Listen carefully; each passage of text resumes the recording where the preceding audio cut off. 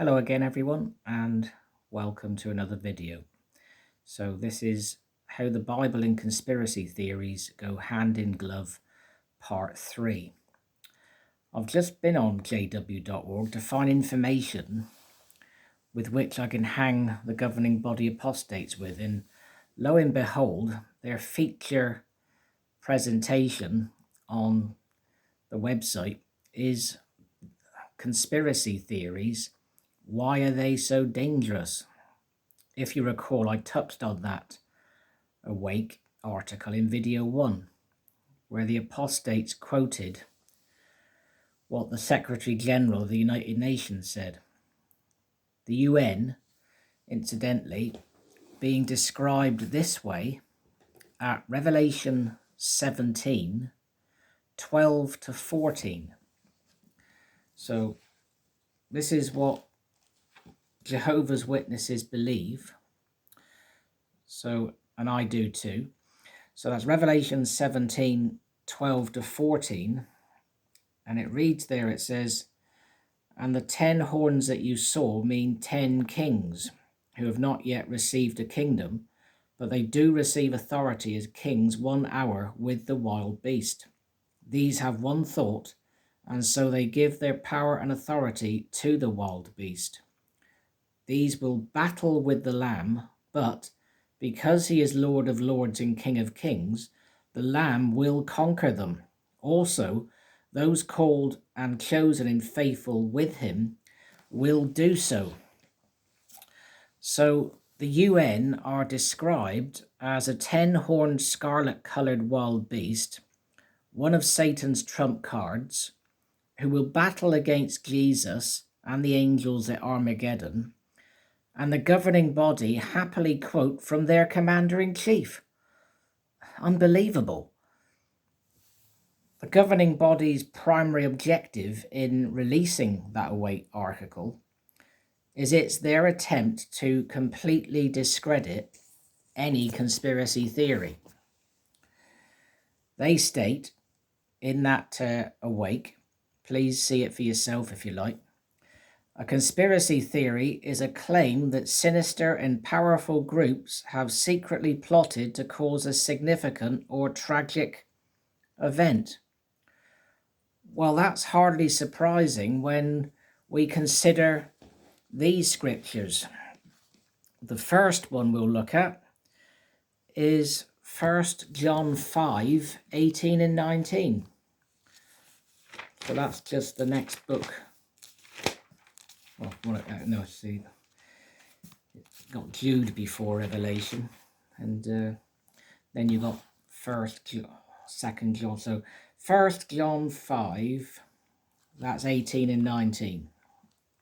So bear in mind what they quoted the definition of conspiracy theories to be. So it reads there, it says, "We know that every person that has been born from God does not practice sin, but the one born from God watches him, and the wicked one does not fasten his hold on him. We know we originate with God," and this is a point, "but the whole world is lying in the power of the wicked one." The other scripture we'll look at, please now to consider, is Revelation 12, 7 to 9.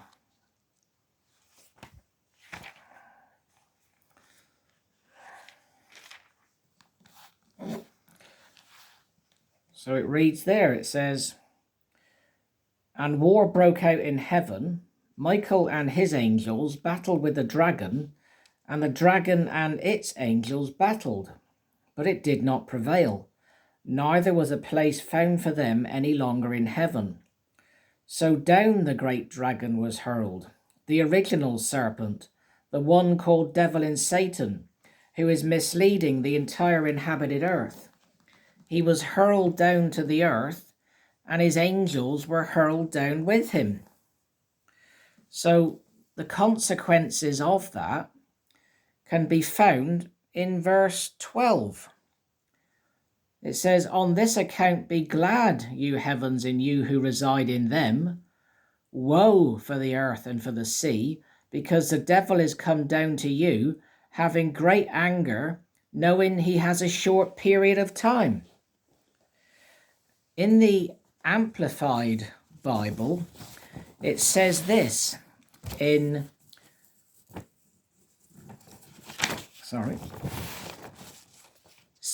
Ephesians 6, verse 11.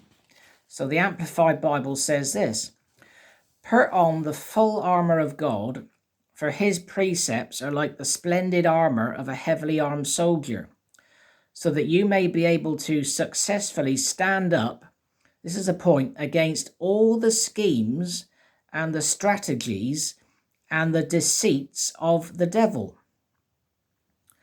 So the governing body's definition of a conspiracy theory is that sinister and powerful groups are operating and secretly plotting significant and tragic events.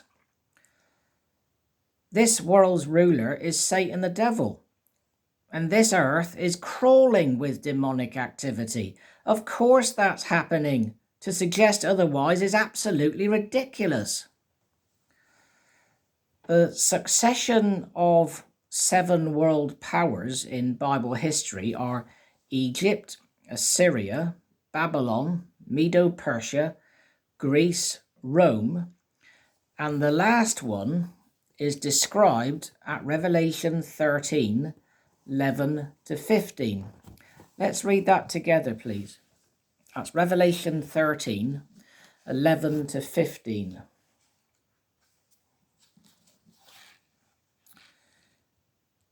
And it reads there, and it says, "And I saw another wild beast ascending out of the earth, and it had 2 horns like a lamb, but it began speaking as a dragon. And it exercises all the authority of the first wild beast in its sight, and it makes the earth and those who dwell in it worship the first wild beast, whose death stroke got healed. And it performs great signs, so that it should even make fire come down out of heaven to the earth in the sight of mankind. And it misleads those who dwell on the earth, because of the signs that were granted it to perform in the sight of the wild beast, while it tells those who dwell on the earth to make an image to the wild beast that had the sword stroke and yet revived. And there was granted it to give breath to the image of the wild beast, so that the image of the wild beast should both speak and cause to be killed all those who would not in any way worship the image of the wild beast." So this world power is described as having the disposition of a wild beast, having 2 horns like a lamb, but speaking as a dragon. These 2 horns symbolize a dual world power. The 2 world governments today that share the same language and have had influence over all the earth are Britain and America. Britain and America share one common denominator with the previous 6 world powers. I'll tell you what that is hopefully next time. Thank you for your time and listening. All the very best. Bye.